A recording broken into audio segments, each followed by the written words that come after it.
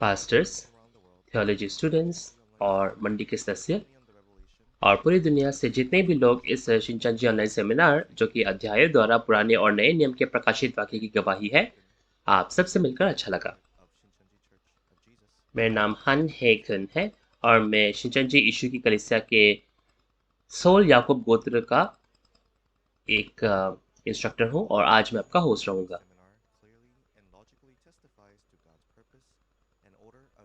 इस समय जो शिनचैन जी ऑनलाइन सेमिनार आयोजित किया जा रहा है वो परमेश्वर के सभी उद्देश्यों और परमेश्वर के सभी जो प्रकाशित वाक्य है उनके बारे में हम यहाँ स्पष्ट रूप से गवाही देते हैं।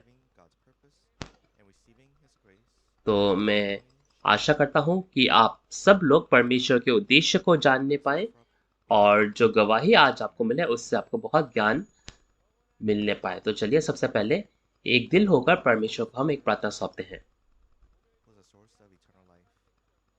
हे परमेश्वर पिता जो अनंत जीवन के सोता है, हम आपका धन्यवाद करते हैं कि तूने हमें आज यहाँ एकत्रित किया और इस समय पर हमें ये मूल्यवान समय पर जुड़ने का मौका दिया। इस समय जब हम तेरे वचन की गवाही देते हैं तो जितने भी लोग इसे सुने देखें वो इसे समझने पाए ताकि हम सब तुझ में एक हो सके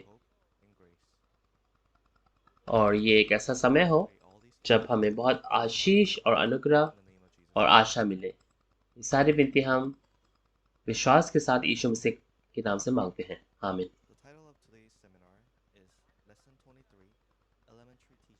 तो आज का जो सेमिनार का टाइटल होगा वो होगा मध्यवर्ती स्तर पाठ 23 प्राथमिक शिक्षा और सिद्धता का स्थान। तो मैं आशा करता हूं कि आज के जो प्राथमिक शिक्षा है और सिद्धता पूर्णता का स्थान उसके बारे में हम अच्छे से जानने पाए और हम उस सिद्धता के स्थान में कैसे प्रवेश करके अपने विश्वासी जीवन को जी सकते हैं उसके बारे में विस्तार से हम आज सीखेंगे। तो चलिए इंस्ट्रक्टर किम वू ही जो सोल याकूब गोत्र के हैं उनको बुलाते हैं। सभी पास्टर्स, सेमिनरी स्टूडेंट्स और विश्वासियों जो पूरी दुनिया में स्वर्ग के राज्य और अनंत जीवन की कामना करते हैं, आप सबसे मिलकर अच्छा लगा। मेरा नाम किम वू ही है और मैं सोल याकूब गोत्र के जो उजोंग चर्च है उसका मैं प्रमुख हूँ और मैं आज आप सबका इस अध्याय द्वारा पुराने और नए नियम के प्रकाशित वाक्य के इस सेमिनार में गवाही के सेमिनार में मैं आपका स्वागत करता हूँ। आज का जो शीर्षक है वो है मध्यवर्ती स्तर पाठ 23 प्राथमिक शिक्षा और पूर्णता सिद्धता का स्थान और आज का जो मुख्य संदर्भ होगा वो होगा इब्रानियों 5 उसका 12 से 14 और इब्रानियों 6 उसका 1 से 8। तो आज का लेक्चर जैसे आप सुनेंगे तो मैं आशा करता हूँ कि आप लोग परमेश्वर के उद्देश्य को अच्छे से सुनने पाए, जानने पाए और पौलुस ने जो 2000 साल पहले हमसे कहा उसके बारे में हम गहराई से सुने। तो पौलुस ने हमसे कहा कि एक प्राथमिक शिक्षा होती है और एक सिद्धता का स्थान होता है जहां सारी चीजें पूर्ण होती हैं। तो उसके बारे में हम जानेंगे। तो चलिए सबसे पहले इब्रानियों 5 उसका 12 से 14 पढ़ते हैं। समय के विचार से तो तुम्हें गुरु हो जाना चाहिए था, तो भी यह आवश्यक है कि कोई तुम्हें परमेश्वर के वचनों की आदि शिक्षा फिर से सिखाए। तुम तो ऐसे हो गए हो कि तुम्हें अन्न के बदले अब दूध ही चाहिए, क्योंकि दूध पीने वाले को तो धार्मिकता के वचन की पहचान नहीं होती क्योंकि वह बच्चा है, पर अन्न सयानों के लिए है जिनकी ज्ञानेंद्रियां अभ्यास करते करते भले बुरे में भेद करने में निपुण हो गई है। तो 12 में हमने देखा कि पौलुस कह रहे हैं कि समय के विचार से, है ना, तो समय के विचार से यानी कि विश्वासी बहुत समय से क्या है, विश्वासी जीवन जी रहे हैं, लेकिन इतने साल वो विश्वासी जीवन जीने के बाद भी उन्हें क्या है, अब भी दूध समान शिक्षा चाहिए। वे अभी भी आदि की शिक्षा फिर से सीखना चाहते हैं। आदि की शिक्षा ही उन पर वो क्या है, फोकस करते हैं। आज का जो शीर्षक है उसका क्या है, आज का शीर्षक है सिद्धता का स्थान बनाम वो प्राथमिक शिक्षा, है ना। तो प्राथमिक शिक्षा बनाम सिद्धता का स्थान। तो हमने अब तक क्या पढ़ा? हमने पढ़ा कि यूहन्ना 1:1 में आप देखिए कि आदि से परमेश्वर वचन है और ये जो वचन है ये हमारा मार्ग भी है। तो हम देख सकते हैं कि जैसे दुनिया में भी एलिमेंट्री स्कूल्स होते हैं, है ना, शुरुआती कक्षाएं होती हैं, फिर उसके बाद आप ग्रेजुएशन के लिए आप कॉलेज में जाते हैं और आप जब शुरुआती कक्षा में जाते हैं तो वहां पे पढ़ाई कुछ और होती है और आप कॉलेज में कुछ और तरीके की पढ़ाई को करते हैं। तो उसी प्रकार बाइबल में भी कहा गया है कि जो प्राथमिक शिक्षाएं हैं वो क्या है, वो शिशुओं के लिए है और जो अन्न भोजन है ना, वो उनके लिए है जो सिद्ध हो गए हैं, जो सयाने हो गए हैं। और ये सारी चीजें हमें किन से सीखने की जरूरत है उनके बारे में हम अच्छे से देखेंगे। 13 और 14 में आपने देखा कि अगर कोई दूध पीता है तो वो अभी भी क्या है, सयाना नहीं हुआ, वो अभी भी बच्चा है। लेकिन अन्न जो है या फिर आप कह सकते हैं कि कठोर भोजन जो है वो सयानों के लिए है, जो अभ्यास करते करते भले और बुरे के बीच में भेद कर सकते हैं। आप दुनिया में भी देखिए कि जो बच्चे होते हैं और जो सयाने होते हैं वो अलग अलग भोजन खाते हैं। इसीलिए विश्वास में भी जो लोग शुरुआती शिक्षा है ना, प्राथमिक शिक्षा सुनते रहते हैं, वे क्या है, वे बच्चे हैं। लेकिन जो धार्मिकता के वचन सुनते हैं, जो कि अन्न है, जो कि कठोर भोजन है, वो लोग क्या है, सयाने हैं और भले और बुरे के बीच में क्या है, भेद कर सकते हैं। तो आज प्रभु के दूसरे आगमन के समय पर कौन सी चीजें हैं जो प्राथमिक शिक्षाएं हैं और कौन सी चीजें हैं जो धार्मिकता की शिक्षाएं हैं या फिर पूर्णता की शिक्षाएं हैं। दूसरे आगमन के समय, आज के समय पर जो प्राथमिक शिक्षाएं हैं वो क्या है, आदम के समय से प्रकाशित वाक्य के समय तक ये जितनी भी शिक्षाएं हैं ये प्राथमिक शिक्षाएं हैं। और पूर्णता, सिद्धता की शिक्षा क्या है? सिद्धता की शिक्षा यानी कि आज जो प्रकाशित वाक्य की पूर्ति का वचन है, जो वास्तविकताएं प्रकट हुई हैं उनको समझना पूर्णता की शिक्षा है। चलिए मैं आपको उदाहरण से समझाता हूं। आज तक, आदम से लेकर आज तक, प्रकाशित वाक्य तक जितनी भी चीजें हुई हैं वो क्या है, वो प्राथमिक शिक्षाएं थी। और आज प्रकाशित वाक्य के पूर्ति के समय जो वास्तविकताएं हैं उनको जानना सिद्धता की शिक्षा है। वो अन्न भोजन है, वो कठोर भोजन है। क्योंकि प्रकाशित वाक्य क्या है, प्रकाशित वाक्य नई वाचा है जो आज हमें रखनी जरूरी है और जिसका होना अनिवार्य है। यूहन्ना 19:30 में आप देखिए यीशु मसीह ने क्या कहा, सब कुछ पूरा हुआ। यीशु मसीह ने पुराने नियम की सभी चीजें पूरी की, इसीलिए उन्होंने कहा सब कुछ पूरा हुआ। इसी प्रकार प्रकाशित वाक्य 21:6 में देखो तो ये लिखा है कि सब कुछ पूरा हुआ, सब बातें पूरी हुई। तो प्रकाशित वाक्य में क्या पूरा हुआ? जी हाँ, प्रकाशित वाक्य में परमेश्वर का उद्देश्य, उनकी युक्ति पूरी हुई। इसीलिए आज प्रकाशित वाक्य के बारे में अगर कोई गवाही देता है, जो परमेश्वर की युक्ति, परमेश्वर के उद्देश्य को लोगों तक पहुंचाता है, उस तरह की शिक्षा क्या है? वो शिक्षा पूर्णता की शिक्षा है। तो आज सिद्धता का वो स्थान है, सिद्धता की शिक्षा, प्रकाशित वाक्य की पूर्ति कैसे हो सकती है, चलिए उसके बारे में देखते हैं। बाइबल में आप देख सकते हैं आदम की दुनिया थी, है ना। आदम की दुनिया से फिर नूह की दुनिया गई, नूह की दुनिया से आप देख सकते हैं कि मूसा की दुनिया तक गई, फिर मूसा की दुनिया से आप देख सकते हैं कि पहले आगमन के समय तक गई, पहले आगमन के समय से आप देख सकते हैं अब दूसरे आगमन के समय हम रह रहे हैं। आप आदम से लेकर पहले आगमन के समय तक देखो, हर समय पर परमेश्वर अपने लोगों से क्या है, एक वादा बनाते आए हैं, एक वाचा बनाते आए हैं और उन वाचाओं को रखना जरूरी था। लेकिन हर युग में जो परमेश्वर के चुने हुए लोग थे, चुने जन थे, उन्होंने परमेश्वर की वाचा को नहीं रखा और वे भ्रष्ट हो गए। इसीलिए पिछला युग बीत गया और एक नए युग की शुरुआत हुई। इसीलिए प्रकाशित वाक्य की पूर्ति से पहले जितने भी युग थे, जितने भी लोग आए थे, उन्होंने परमेश्वर के वचनों को नहीं रखा। इसीलिए आज प्रकाशित वाक्य का पूरा होना अनिवार्य है। ये प्रभु के दूसरे आगमन का युग है और ये प्रकाशित वाक्य के पूर्ति का युग है। इसीलिए आज हमें प्रकाशित वाक्य जानने की जरूरत है ताकि हम परमेश्वर की युक्ति उद्देश्य को जान सके और उनके वचनों को रख सके, उनके कमान को, आज्ञाओं को रख सके। प्रकाशित वाक्य में परमेश्वर की युक्ति और उद्देश्य है, इसीलिए हमें जाननी जरूरी है। तभी हम कह सकते हैं कि हम सिद्धता के उन शिक्षाओं से परिचित हुए हैं। तो परमेश्वर का उद्देश्य क्या है? परमेश्वर की युक्ति क्या है बाइबल में? ये कौन से वादे हैं? आप देख सकते हैं कि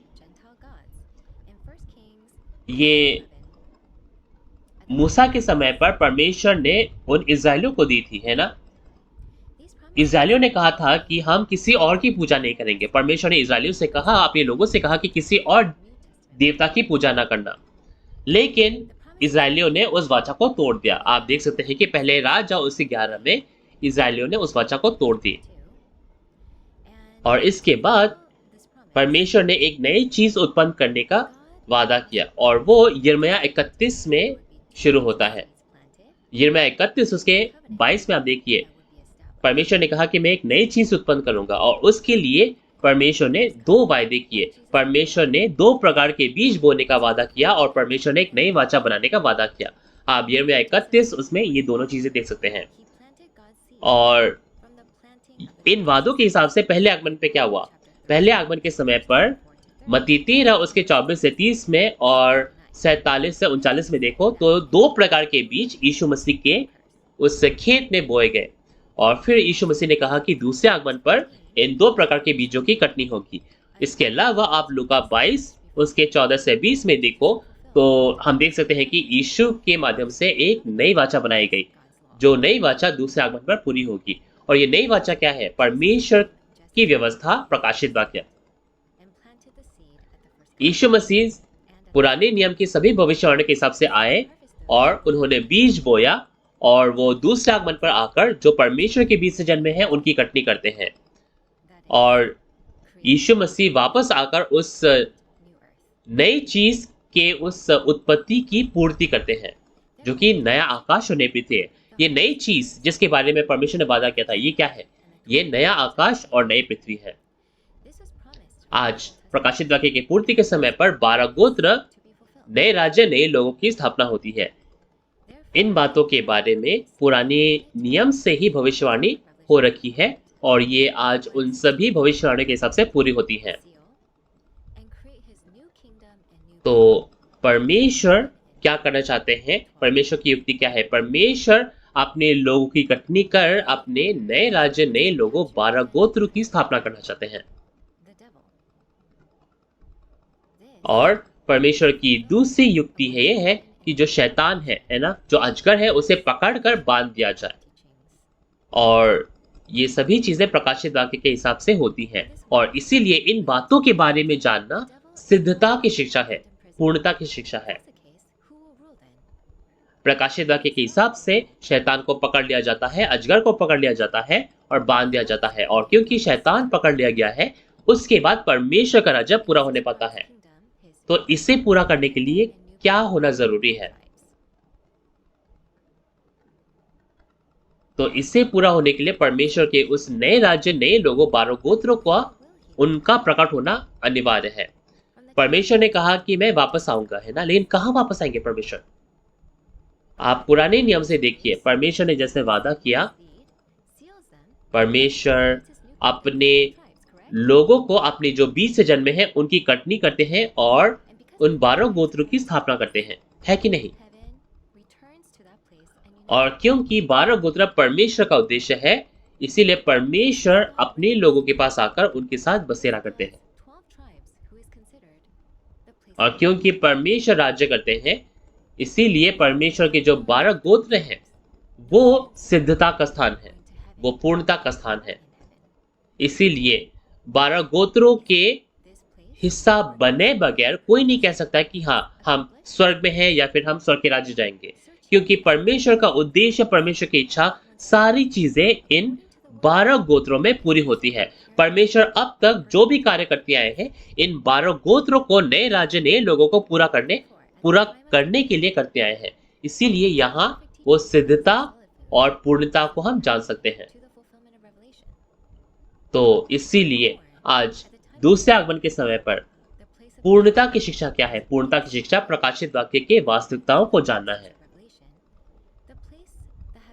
और आज ये जो सिद्धता का स्थान है, ये पूर्णता का स्थान है, ये प्रकाशित वाक्य की सभी भविष्यवाणियों के हिसाब से बनाया गया है। और यहाँ उन 12 गोत्रों को एकत्रित किया जाता है। और प्रकाशित वाक्य 22 उसके 18 से 19 में आप देख सकते हैं, ये लिखा है कि अगर कोई प्रकाशित वाक्य के वचन में से बढ़ाता या घटाता है तो वो स्वर्ग के राज्य नहीं जाएगा, लेकिन क्या है, वो विपत्तियां पाएगा। अब तक प्रकाशित वाक्य के बारे में आप कितना जानते हैं? क्या आप परमेश्वर के उद्देश्य, उनकी युक्ति को जानते हैं? हमें ये सारी चीजें जाननी जरूरी है। तब हम कह सकते हैं कि हम सयाने हो गए हैं और हम सयाने हो गए हैं, हम कठोर भोजन खा रहे हैं। अगर हम प्रकाशित वाक्य नहीं जानेंगे तो हम क्या है, हम बच्चे बने रहेंगे, है ना। हम अन्न को, उस कठोर भोजन को नहीं खाने पाएंगे और प्रकाशित वाक्य को हम नहीं जानने पाएंगे। आज प्रकाशित वाक्य के वचनों का हम इसलिए जान सकते हैं क्योंकि प्रकाशित वाक्य के वचन पूरे होते हैं, भौतिक वास्तविकताएं प्रकट होती हैं। इसीलिए आज हम इन चीजों को समझ सकते हैं। इसीलिए पौलुस ने भी पहले कुरिन्थियों 13 उसके 9 से 10 में भी इसका वर्णन किया। पौलुस ने कहा कि हमारा ज्ञान अधूरा है और हमारी भविष्यवाणी अधूरी, परंतु जब सर्वसिद्ध आएगा तो अधूरा मिट जाएगा। तो इस समय पर हम क्या है, एक दूसरे को देख नहीं पाएंगे, आमने सामने देख नहीं पाएंगे। तो जब तक भविष्यवाणी पूरी नहीं होती है तो लोग अधूरा ही समझ सकते हैं। वे केवल क्या है, गेस कर सकते हैं, अनुमान लगा सकते हैं, है ना। लेकिन जब भविष्यवाणियां पूरी होती है तो लोग सच में जान सकते हैं कि हाँ, ये वास्तविकताएं हैं, लोग आमने सामने देख सकते हैं। तो भविष्यवाणी जानना क्या है, वो केवल अधूरी शिक्षा है और वो क्या है, वो दूध समान यानी कि प्राथमिक शिक्षा है। लेकिन जब भविष्यवाणी पूरी होती है, उन पूर्ति को जानना, उन वास्तविकताओं को जानना, वो सिद्धता की शिक्षा है। तो आज प्रकाशित वाक्य के पूर्ति के वचन हम किन से सीख सकते हैं? क्या प्रकाशित वाक्य के बारे में सिर्फ प्रार्थना करने से ही सबको समझ में आ जाएगा? प्रकाशित वाक्य के वचन जब पूरे होंगे तो परमेश्वर द्वारा चुना गया जो चरवाहा है, उससे लोग सुन सकते हैं, उससे पूर्ति के बारे में जान सकते हैं। आज दूसरे आगमन के समय पर विश्वासियों के लिए ये अनिवार्य है, बहुत जरूरी है कि हम प्रकाशित वाक्य के पूर्ति को समझें। जैसे कि आमोस 3 के साथ में लिखा है कि परमेश्वर अपने चरवाहे को चुनता है, उस चरवाहे को स्वर्ग के राज्य के रहस्य दिखाता है, और जब भविष्यवाणियां पूरी होती है तो परमेश्वर अपने उस चरवाहे के द्वारा जो भी उसने देखा है, सुना है, उसकी गवाही देने को कहते हैं। तो आज जो सिद्धता की शिक्षा है, पूर्णता की शिक्षा है, वो उस परमेश्वर के चुने हुए उस चरवाहे से हम सुन सकते हैं। तो परमेश्वर केवल अपने उस चुने हुए जन को ही अपनी सारी चीजें दिखाते हैं और उसको सभी चीजों की गवाही देने के लिए भेजते हैं। और इसके बारे में आप विस्तार से प्रकाशित वाक्य 1 के 1 में भी देख सकते हैं कि प्रकाशित वाक्य आज हम तक कैसे पहुंचता है। तो चलिए प्रकाशित वाक्य 1 और उसका 1 पढ़ते हैं। यीशु मसीह का प्रकाशित वाक्य, जो उसे परमेश्वर ने इसलिए दिया कि अपने दासों को वे बातें जिनका शीघ्र होना आवश्यक है दिखाए, और उसने अपने स्वर्गदूत को भेजकर उसके द्वारा अपने दास यूहन्ना को बताया। तो ये आप जब उस क्रम को देखो, है ना, प्रकाशित वाक्य हम तक कैसे पहुंचा, उस क्रम को देखो, तो आप प्रकाशित वाक्य 5 में देखेंगे कि परमेश्वर के दाहिने हाथ में एक बंद पुस्तक है और स्वर्ग में या पृथ्वी पर या पृथ्वी के नीचे कोई भी नहीं था जो उस बंद पुस्तक के अंदर देख सकता हो। इस बंद पुस्तक को परमेश्वर ने यीशु मसीह को दिया और यीशु मसीह ने प्रकाशित वाक्य 6 और 8 में इन सभी मोहरों को खोल दिया, इन 7 मोहरों को खोल दिया, यानी कि अब क्या है, पुस्तक खुल गई है। यीशु मसीह ने उन 7 मोहरों को खोला, है ना। तो अब ये खुली पुस्तक बन गई। अब इस खुली पुस्तक को यीशु मसीह ने क्या किया? एक स्वर्गदूत को दिया। आप प्रकाशित वाक्य 10 में देख सकते हैं। प्रकाशित वाक्य 10 में ये स्वर्गदूत क्या करता है? ये नीचे आता है और एक वाचा के पादरी उस नया यूहन्ना को, है ना, आत्मिक रूप से नया यूहन्ना को देता है, और नया यूहन्ना इस खुली पुस्तक को खाते हैं और परमेश्वर के सभी सेवकों को गवाही देते हैं। कौन है वो सेवक? ये प्रकाशित वाक्य 7 के 12 गोत्र, जो 1,44,000 है और महान भीड़ है, उनको गवाही देते हैं। तो प्रकाशित वाक्य के पूर्ति के समय पर हमें किससे सीखने की जरूरत है? प्रकाशित वाक्य आज पूरे कैसे होते हैं, वो हमें कैसे सीखने की जरूरत है? अगर हम आत्मिक रूप में देखें तो हाँ, परमेश्वर से हमें सीखने की जरूरत है, क्योंकि परमेश्वर इस पुस्तक के क्या है ना, आप उन्होंने पुस्तक ये लिखी है और यीशु मसीह इसके बारे में जानते हैं। लेकिन दुनिया में आज, भौतिक संसार में, भौतिक दुनिया में इसे कौन जानते हैं? ये प्रकाशित वाक्य की पुस्तक परमेश्वर के हाथ में नहीं है, यीशु के हाथ में नहीं है, स्वर्गदूत के हाथ में नहीं है।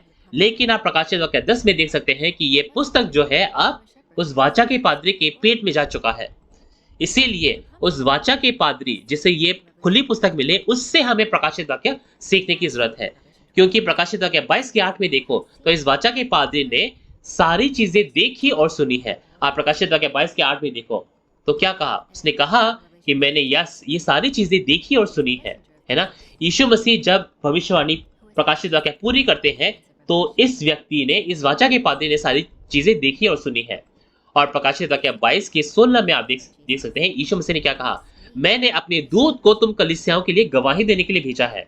इसीलिए आज सभी कलीसियाओं को, सभी चर्चों को, सभी लोगों को इस वाचा के पादरी से मिलने की जरूरत है, ताकि प्रकाशित वाक्य के वचन को पूर्ण रूप से जान सके। क्या आप उस वाचा के पादरी से मिले हैं? और आपको क्यों मिलने की जरूरत है? वो इसलिए है क्योंकि केवल उस वाचा के पादरी के माध्यम से, उस नया यूहन्ना के माध्यम से हम प्रकाशित वाक्य सीख सकते हैं। इस प्रकार हम परमेश्वर के उद्देश्य और इच्छा को आज समझ सकते हैं और एक आत्मिक सिद्ध व्यक्ति बन सकते हैं, सयाना बन सकते हैं, और उस सिद्धता के स्थान, पूर्णता के स्थान में जाए जो परमेश्वर और यीशु बनाते हैं। जब सिद्धता का स्थान प्रकट होता है तो क्या होता है और हमें क्या करने की जरूरत है? क्या हमें उन प्राथमिक शिक्षाओं में ही बने रहना चाहिए या हमें उस सिद्धता के स्थान में जाना है? जी हाँ, इसके बारे में हम अगले उस संदर्भ से थोड़ा सा और सीखते हैं। इब्रानियों 6 1 से हम 3 पढ़ते हैं। इसलिए आओ मसीह के शिक्षा की आरंभ की बातों को छोड़कर हम सिद्धता की ओर बढ़ते जाए और मरे हुए कामों से मन फिराने और परमेश्वर पर विश्वास करने और बपतिस्मा और हाथ रखने और मरे हुए को जी उठने और अनंत न्याय की शिक्षा रूपी नींव फिर से न डाले। और यदि परमेश्वर चाहे तो हम यही करेंगे। तो एक में आपने देखा कि हमें उन आरंभ की बातों को, प्राथमिक शिक्षाओं को छोड़कर सिद्धता की ओर बढ़ने की जरूरत है, ताकि हम मरे हुए कामों से मन फिराने और परमेश्वर पर विश्वास करने और बपतिस्मा और हाथ रखने और मरे हुओं के जी उठने और अनंत न्याय की शिक्षा रूपी नींव फिर से न डाले। तो हमें प्राथमिक शिक्षा छोड़ने की जरूरत क्यों है? हमें क्यों छोड़ने की जरूरत है? अगर हम इन बातों को पहले आगमन से तुलना करें और गौर करें तो हम देख सकते हैं कि पहले आगमन के समय पर पुराने नियम के सभी भविष्यवाणियां पूरी हुई, लेकिन प्रकाशित वाक्य आज पूरा होना बाकी है ना। इसीलिए कहा गया है कि पुराने नियम के हिसाब से जो भी विश्वासी जीवन है वो हमें छोड़ देने की जरूरत है। और मत्ती 7 के 21 में आप देख सकते हैं कि अगर कोई प्रभु प्रभु कहता है, सिर्फ प्रभु प्रभु कहने से स्वर्ग के राज्य में प्रवेश नहीं करता, लेकिन वे ही लोग करते हैं जो पिता के इच्छाओं के अनुसार करते हैं। तो आज जब सिद्धता का स्थान प्रकट होता है तो क्या हमें खुद से पुष्टि करने की जरूरत नहीं है? हमें खुद से वेरीफाई करने की जरूरत नहीं है? आज पूर्णता का स्थान क्या है? पूर्णता का स्थान वो जगह है जो भविष्यवाणी, प्रकाशित वाक्य के भविष्यवाणी की पूर्ति का वचन देता है, जहां प्रकाशित वाक्य की सभी चीजें पूरी होती है, जहां वास्तविकताएं प्रकट होती है, जहां लोग आमने सामने देख सकते हैं, वो जगह सिद्धता का स्थान है। इसीलिए वो जरूरी है कि आज मुझे देखने की जरूरत है कि क्या मैं प्राथमिक शिक्षा में हूं या मैं उस सिद्धता की शिक्षा में हूं, उस पूर्णता के स्थान में हूं। मैं कहाँ हूं, आज मुझे अपने आप से पूछने की जरूरत है। हम कैसे इन पर गौर कर सकते हैं? आज प्रभु के दूसरे आगमन के समय पर प्राथमिक शिक्षा और सिद्धता का स्थान, इनमें जो अंतर है, इनमें अंतर हम कैसे देख सकते हैं? आप खुद पूछिए, क्या मैं जहां हूं वहां प्रकाशित वाक्य के पूर्ति के वचन है या नहीं? इसके बारे में आप सोचें।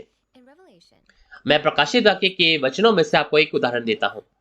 प्रकाशित वाक्य में जीवन का पेड़ है और भले और बुरे के ज्ञान का पेड़ है, जो हम देख सकते हैं कि उत्पत्ति में भी थे, है ना? उत्पत्ति 2 में भी थे।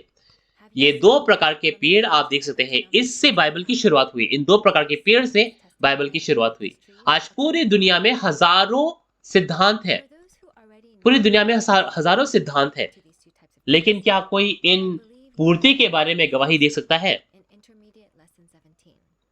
आप इन सेमिनार्स में से अब तक जो भी आप जुड़े हो, आपने इंस्ट्रक्टर से अच्छे से सुना होगा, है ना? थैदियस गोत्र के जो इंस्ट्रक्टर है उनसे अच्छे से सुना होगा कि जीवन के पेड़ और ये भले और बुरे के पेड़, दो प्रकार के पेड़, इनकी वास्तविकता क्या है? आपने सुनी होंगी, आपने गवाही सुनी होंगी। तो आज हम देखने पाए कि अब तक कोई है अगर जिसने मध्यवर्ती स्तर 17 उस जीवन के पेड़ और भले और बुरे के ज्ञान के पेड़ की वास्तविकता नहीं सुनी है, तो आप प्लीज जाकर उसे सुने। और क्योंकि आज मैं बहुत संक्षिप्त में आपको बता रहा हूं, इसलिए पूरा मुझे बताने का अभी शायद मेरे पास समय ना हो। तो हमने क्या देखा? हमने ये देखा कि ये जो जीवन का पेड़ है ना? जीवन के पेड़ ये पूरी दुनिया के लिए क्या है? औषधि का काम करते हैं और इसके पत्ते क्या है? हर महीने फलते हैं। और परमेश्वर के उस राज्य में क्या है? ये जीवन का पेड़ प्रकट होता है। आज तक 6000 साल के बाइबल के इतिहास में एक भी व्यक्ति नहीं है जो उस जीवन के पेड़ की वास्तविकता के बारे में जानता हो। तो अगर एक जगह है जो उस जीवन के पेड़ की वास्तविकता के बारे में हमें गवाही दे सकता है, तो क्या वो सिद्धता का स्थान नहीं होगा? क्या वो जगह पूर्णता का स्थान नहीं होगा? क्या है ये जीवन का पेड़? आप यूहन्ना 15 के 1 में देखिए, यीशु मसीह ने क्या कहा? यीशु मसीह ने कहा, मैं सच्ची दाखलता हूं। और यूहन्ना 14 के 6 में यीशु मसीह ने कहा कि मैं मार्ग, सत्य और जीवन मैं हूं। यानी कि यीशु मसीह उस जीवन के पेड़ की वास्तविकता थे। इसके अलावा यूहन्ना 15 के 5 में आप देखो, यीशु मसीह ने कहा कि मैं दाखलता हूं और तुम डालियां हो। अपने चेलों को यीशु मसीह ने डालियां कही, क्योंकि यीशु मसीह वो जीवन के पेड़ थे, तो वो जो चेले थे वो क्या थे? चेले उनकी डालियां थी और चेले भी जीवन के पेड़ थे। मत्ती 13 उसके 31 से 32 में आप देखो क्या लिखा है। लिखा है कि वो जो राई के बीच के राई के दाने से जो पेड़ उगता है, उसमें से उस पर जो है आकाश की पक्षियां आकर बसेरा करती है। ये आकाश की पक्षियां क्या है ना? पवित्र आत्मा, परमेश्वर की पवित्र आत्मा। पहले आगमन पर आप देखो, यीशु मसीह और उन चेलों पर परमेश्वर की पवित्र आत्मा आए और वे लोग स्वर्ग के राज्य थे। यानी कि एक सच्चा पादरी और उसका संगठन जहां परमेश्वर आकर बसेरा करते हैं, वो क्या है? वो स्वर्ग का राज्य है और वो जीवन का पेड़ है। इसके अलावा आप अगर भले और बुरे के ज्ञान के पेड़ को देखो, तो आप दानियल 4 में देख सकते हैं कि राजा नबूकदनेस्सर को एक बहुत विशाल पेड़ कहा गया और हम देख सकते हैं कि उस पेड़ के नीचे बहुत लोगों को भोजन मिलता था और उसमें भी पक्षियां, है ना, पक्षियां आकर बसेरा करती थी। लेकिन नबूकदनेस्सर किस प्रकार का पेड़ था? क्या अच्छा पेड़ था या बुरा पेड़ था? आप यशायाह 5 में देखें तो परमेश्वर ने क्या है? दाख की बारी लगाई, लेकिन क्या है? बुरे फल ही निकले, है ना? ये जो बुरी दाख की बारियां थी, ये क्या थे? ये यहूदा के लोगों को दर्शाया गया है। तो आप देख सकते हैं कि अगर सच्ची दाखलता यीशु मसीह है, जीवन का पेड़, तो जंगली दाखलता यहाँ किस प्रकार के लोग होंगे? यहाँ जंगली पशु लोग होंगे, है ना? जंगली पशु, जंगली पक्षी लोग आकर इस पर बसेरा करेंगे। इसीलिए नबूकदनेस्सर को इस तरह का पेड़ कहा गया। और इनकी डालियों पर किस प्रकार के पक्षी आकर बसेरा करेंगे? जी हाँ, दुष्ट आत्मा, है ना, जंगली पक्षी आकर बसेरा करेंगे। यानी कि भले और बुरे के ज्ञान का पेड़ क्या है? भले और बुरे का ज्ञान का पेड़ शैतान है और उसका संगठन है। तो दूसरे आगमन के समय पर जीवन के पेड़ की वास्तविकता यीशु है, जो पहले आगमन पे जीवन के पेड़ थे और 12 चेले थे। इसके अलावा वो वाचा के पादरी नया यूहन्ना जो जय पाते हैं और शिनचंची 12 गोत्र जो उनके साथ एक हो गए हैं, वे जीवन के पेड़ हैं। यीशु जो जीवन के पेड़ हैं, आप प्रकाशित वाक्य 2 और 3 में देख सकते हैं, उस नया यूहन्ना के साथ एक हो जाते हैं, उससे उसका अभिषेक करते हैं और उसे चुनते हैं और उसके द्वारा गवाही पूरी दुनिया को जाती है। इसके अलावा आप देख सकते हैं कि प्रकाशित वाक्य 7 में जो 12 गोत्र हैं, वे भी उनके साथ एक हो गए हैं। आप प्रकाशित वाक्य 22 में देखिए, इस जीवन के पेड़ में जो 12 प्रकार के फल आते हैं, वो कौन है? वो 12 गोत्रों के जो संत हैं, शिनचंची के 12 गोत्र के जो संत हैं, और इनको भी क्या है? इनको प्रकट वचन से इवेंजलाइज किया गया है। और जो जीवन के पेड़ में जो पत्ते हैं, वे कौन हैं? वे शिनचंची के संत हैं, 12 गोत्रों के संत, जो इवेंजलिस्ट बन गए हैं, जो पूरी दुनिया की इस प्रकट वचन से औषधि करते हैं। तो आज आप इस सेमिनार के माध्यम से जो वचन सुन रहे हैं, है ना, इससे हमारी भी क्या है? औषधि होती है कि नहीं? इसके अलावा भले और बुरे के ज्ञान का पेड़ जो दूसरे आगमन पर होता है, ये कौन है? ये भले और बुरे के ज्ञान का पेड़ वो वैश्या का संगठन है। आप प्रकाशित वाक्य 17 और 18 में देखिए। प्रकाशित वाक्य 17 में एक वैश्या है, एक औरत है जो 7 सिर और 10 सिंग पशु पर बैठी है और उसके माथे पर बाबुल नाम लिखा है, क्योंकि ये बाबुल जो प्रकाशित वाक्य 18 में, ये क्या है? ये शैतान का घर है, शैतान का अड्डा है, दुष्ट आत्माओं का अड्डा है और सब प्रकार के घृणित पक्षियों का अड्डा है, और ये व्यभिचार की मदिरा से सभी लोग मतवाले हो गए हैं। तो बाबुल का जो संगठन है, बाबुल का जो राज्य है, वो दानियल 4 में नबूकदनेस्सर उस बाबुल के राजा के उस तुलना में क्या है? इसे शैतान का अड्डा कहा गया है। और इस बाबुल की जो व्यभिचार की मदिरा है, ये शैतान का वो विष है जिससे सभी जातियां भरमाई गई हैं। जैसे कि व्यवस्था विवरण 32 उसके 32 से 33 में आप देख सकते हैं, ये वो सांपों का विष है, ये वो कड़वा है, कड़वा आप देख सकते हैं कि फल है।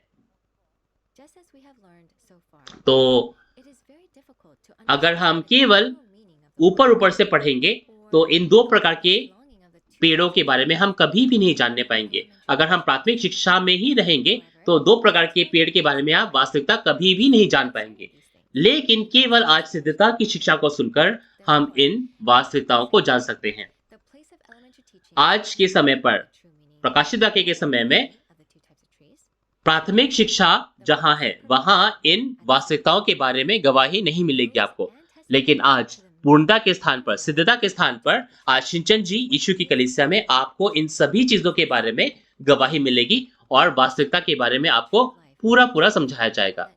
आज बाइबल के 6000 साल के इतिहास में किसी भी व्यक्ति, किसी भी सिद्धांत के पास इस तरह की वचन, इस तरह की जो है पूर्ति का वचन नहीं है।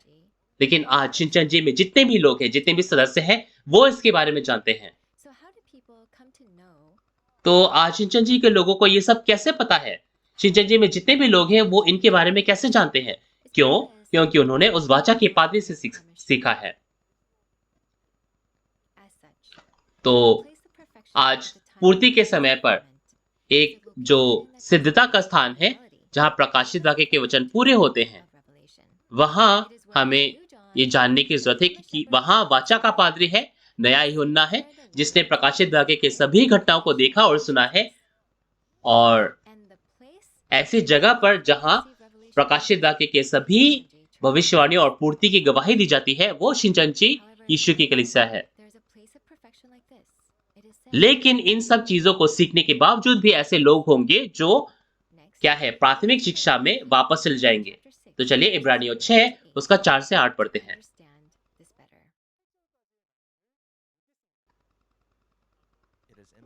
क्योंकि जिन्होंने एक बार ज्योति पाई है और जो स्वर्गीय वरदान का स्वाद चख चुके और पवित्र आत्मा के भागी हुए हैं और परमेश्वर के उत्तम वचन और आने वाले युग की सामर्थ्य का स्वाद चख चुके हैं, यदि वे भटक जाए तो उन्हें मन फिराव के लिए फिर नया बनाना अनहोना है, क्योंकि वे परमेश्वर के पुत्र को अपने लिए फिर क्रूस पर चढ़ाते हैं और प्रगट में उस पर कलंक लगाते हैं।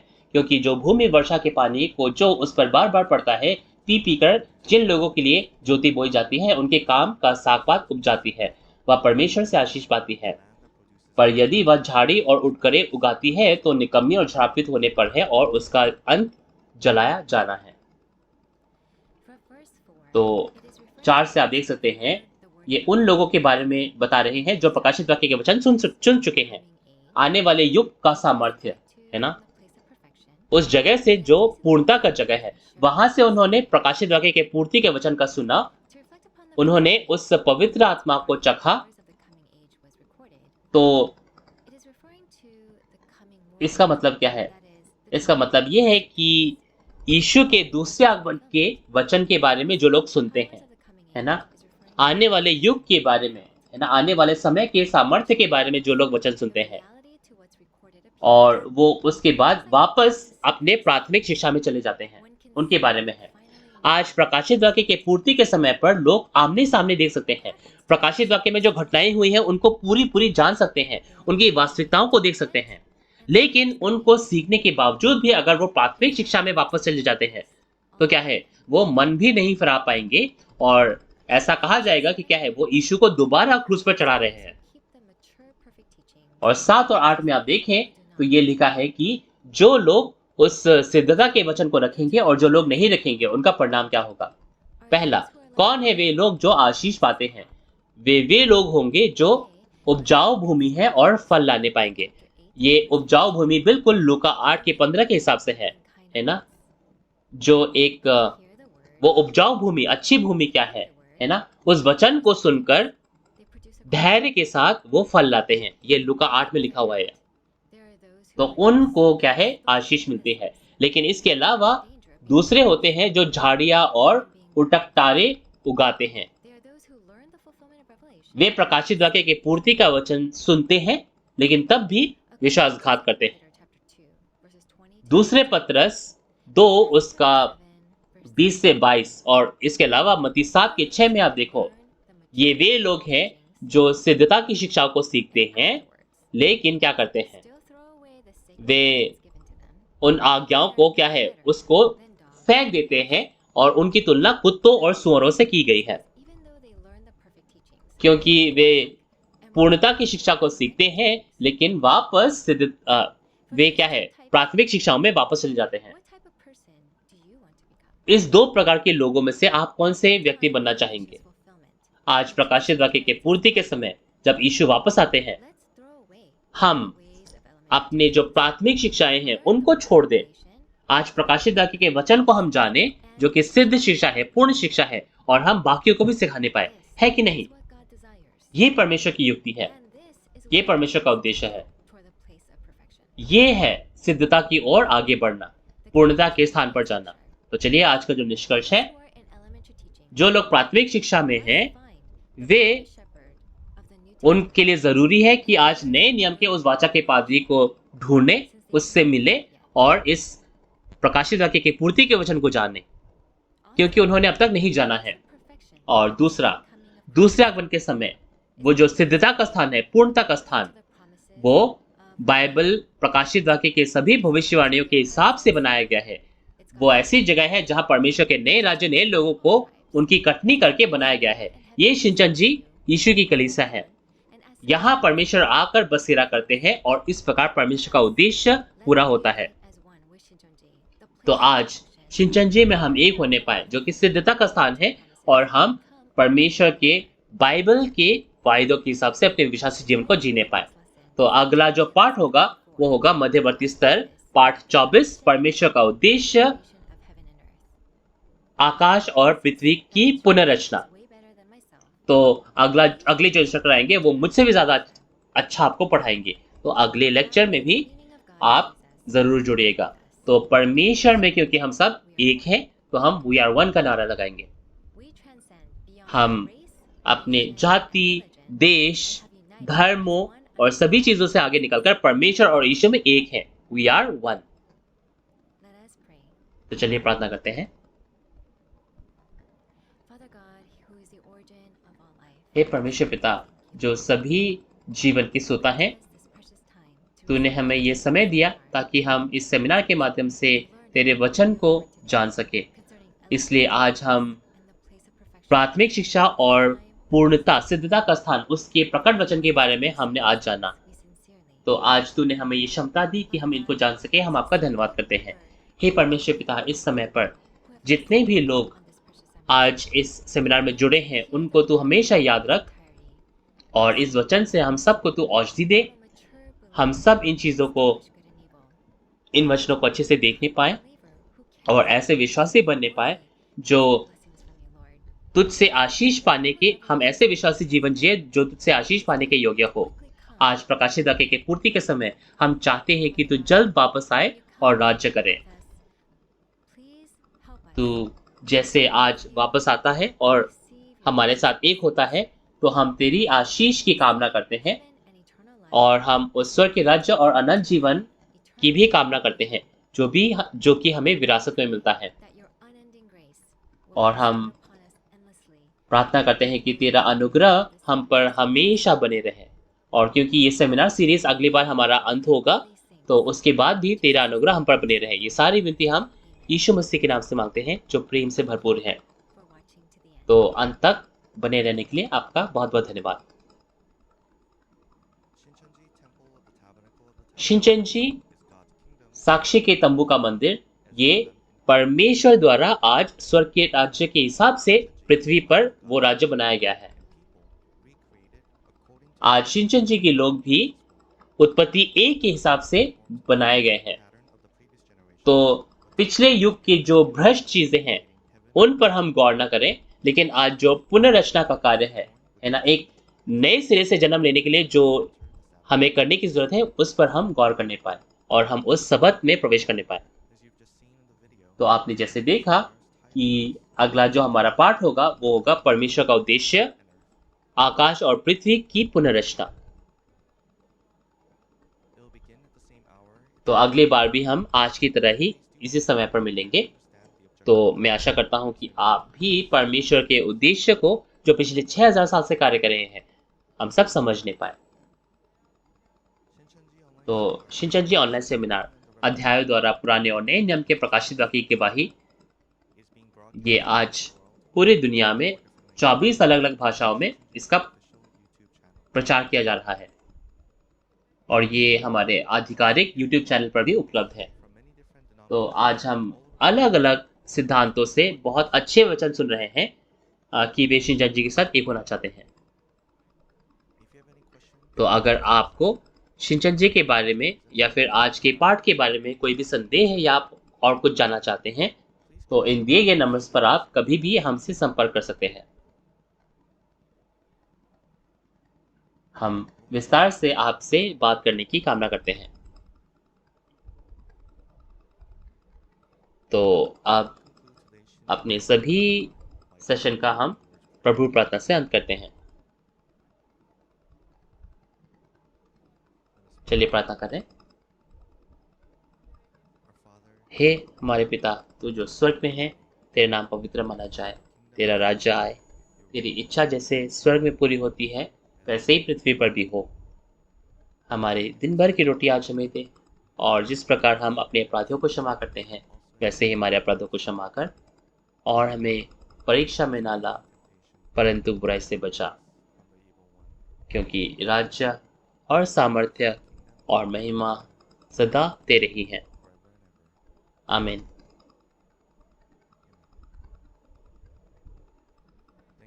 तो अंत तक हमारे साथ बने रहने के लिए बहुत बहुत धन्यवाद।